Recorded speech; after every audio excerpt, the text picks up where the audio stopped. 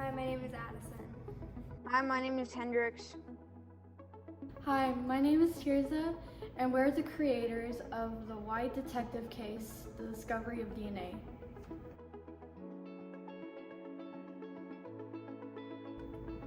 Our piece is about, there's these 3 students who are studying who discovered the structure of DNA, but in the beginning we're not really invested in it, so it's supposed to be boring. So then we go into our imagination, which is a detective theme, and we try to figure out who Rosalind Franklin is, and we put all these clues together. The technology we used was green screen and animation.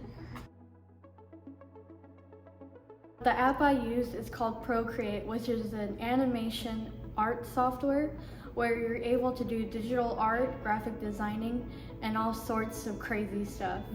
Tirza really helped me understand how animation works. This was my first time animating. It's actually really hard. I work with different frames. You have to put them together and make movement with your animation. I drew 12 frames per second for every animation part you see. I never knew how to do green screen in the beginning, but after, it's basically you just film in front of a green screen. And you add whatever background you want in iMovie, and it makes you look like you're in a different place than you really are. My favorite part was making the script, because I could make each character have its own personality. So I could pick whether I would be the super smart one or the super dumb one. I really like doing the voiceover just because I knew it was gonna correlate with the animation and it was gonna look really cool.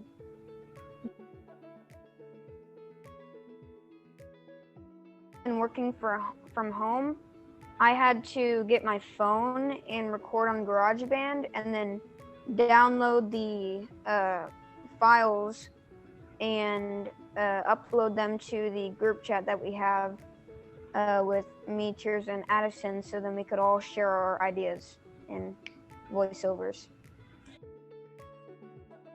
We had the script, and then we all recorded our voiceovers, and then Tirza animated it to match the voiceovers.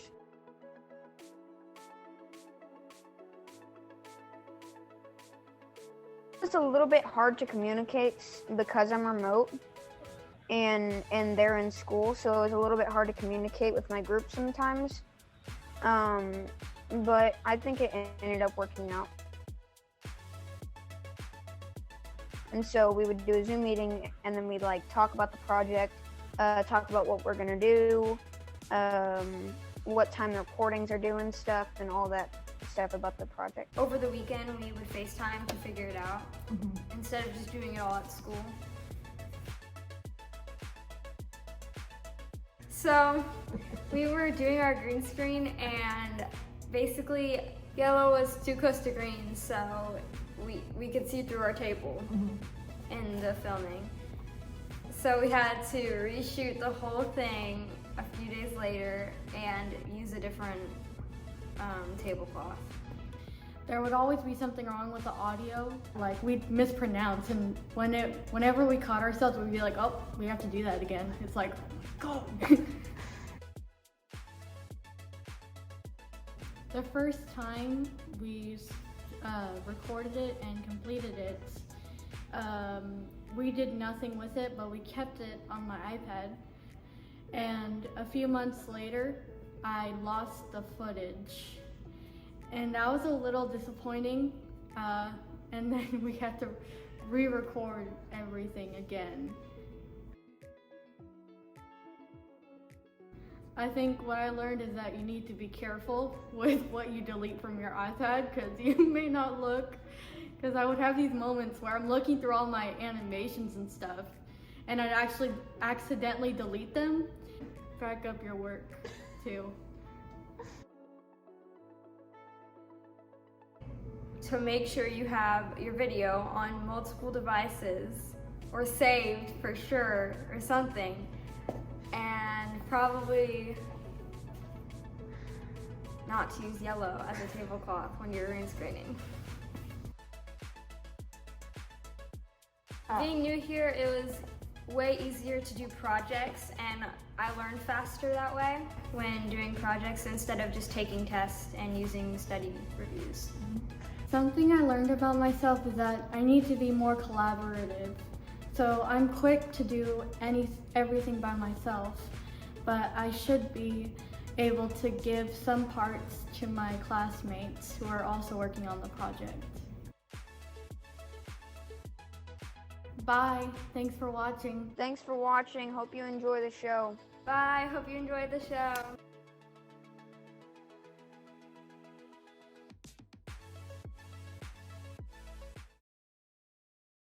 Come on, guys, this assignment is due soon. What's the point? This is so boring. To be honest, I don't care about the due date anymore. Well, how about you think of it like this?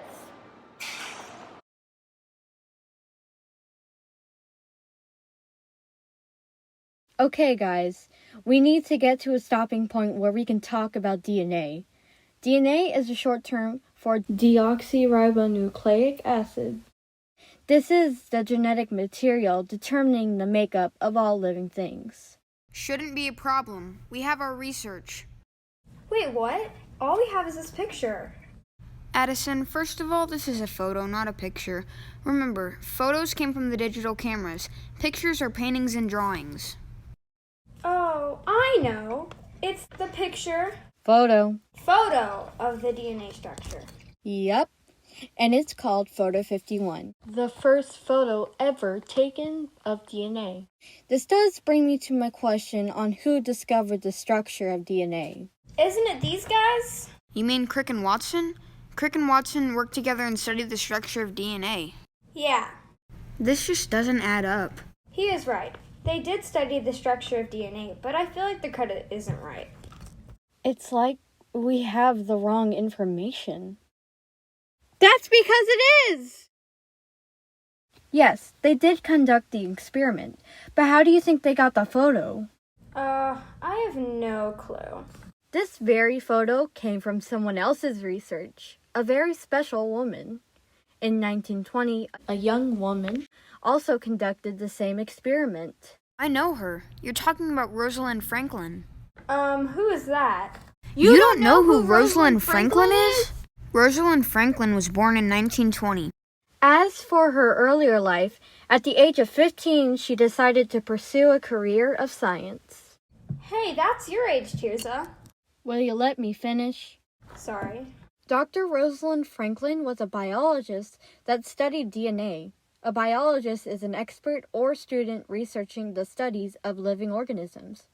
She earned her physical chemistry doctorate in 1945 from Cambridge University. To not get too lost, a doctorate is like a special degree awarded to you by that school. It's like getting a special title for your profession. She worked in a lab for 3 years in Paris where she learned how to do X-ray diffraction. X-ray diffraction is scattering of X-rays by the regularly spaced atoms of a crystal, useful in obtaining information about the structure of a crystal. After studying this technique, she went to work with a colleague, John Randall, who was an English physicist and biophysicist. John asked her to study DNA. This actually created the drama between her and Maurice Wilkins, who was a British biophysicist and Nobel laureate. Oh wait, I remember this. It looks like Marcy didn't like being defeated at X-ray diffraction by a woman.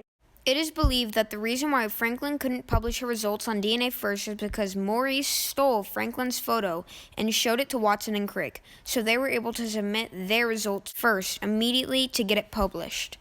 But in the same publication, they cited her article as a reference. It is true she doesn't get the credit she deserves, but this didn't stop her from studying the polio virus, which is a contagious illness that causes nerve energy leading to paralysis. Sadly, in 1958, she died of ovarian cancer. But she was a great scientist And in conclusion, she was the first to discover the structure of DNA.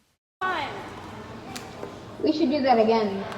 Well then, let's meet again next week to talk about cells. That better not be boring. For sure. Guys, hello? Is anybody there?